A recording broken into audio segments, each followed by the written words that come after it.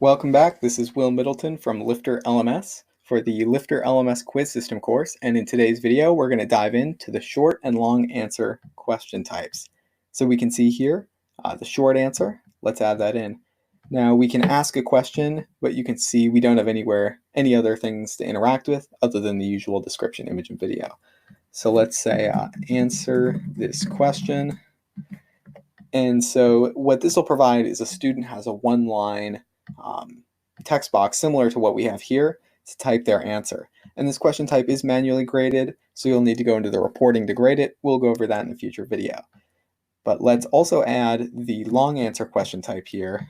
We'll just copy and paste this on in. So we'll change this one to an exclamation mark. And for the long answer question type, instead of the one line, it'll show the user an entire text box, and we can also enforce a word count minimum and maximum if we'd like. I'll just leave that off for now. But let's make sure this saves, and then we can view the quiz on the front end. So view the lesson here, jump into the quiz, and start the quiz. And so here is our short answer question type. Answer, let's just put an answer in here, go to the next question.